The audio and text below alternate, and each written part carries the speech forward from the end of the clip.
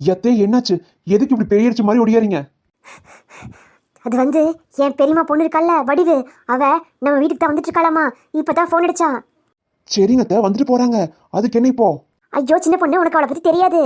வடிவு சரியான சோத்துராமி. நம்ம வீட்டுல சிக்கன் பிரியாணி சிக்கன் குழம்பும் தெரிஞ்சா 2 நாளைக்கு நம்ம வீட்டுக்கு போகவே மாட்டா. எத்தே என்ன சொல்றீங்க, நிஜமாவா? ஆமா சின்ன பொண்ணு, முதல்ல சிக்கன் பிரியாணி சிக்கன் குழம்பையும் ஒளிச்சு வை. சரிங்க அத்தை. அப்ப நான் மதியம் என்ன சாப்பிடுறது? நேற்று வச்ச பருப்பு சாப்பாடு இருக்குல்ல ஃப்ரிட்ஜில், அதை எடுத்து வெளியே வை. அந்த சாப்பாட்டை அவளுக்கும் போட்டு நாமளும் சாப்பிடுவோம். அவன் ஊருக்கு போன பிறகு நம்ம பிரியாணி சாப்பிட்டுக்கலாம், சரியா? சரிங்க அத்தை. வடிவு, நீ வரதே தெரியாம போச்சு. நீ முதலே ஒரு போனை போட்டு சொல்லியிருந்தா மீன் ஆடு கோழினே மறுபடியும் சமைக்க சொல்லியிருப்பேன்ல. அதனால என்ன, பருப்பு சாப்பாடு ருசியா தான் இருந்துச்சு. சரி, எனக்கு 4 மணிக்கு பஸ். அது வரைக்கும் கொஞ்ச நேரம் போய் தூங்குறேன்.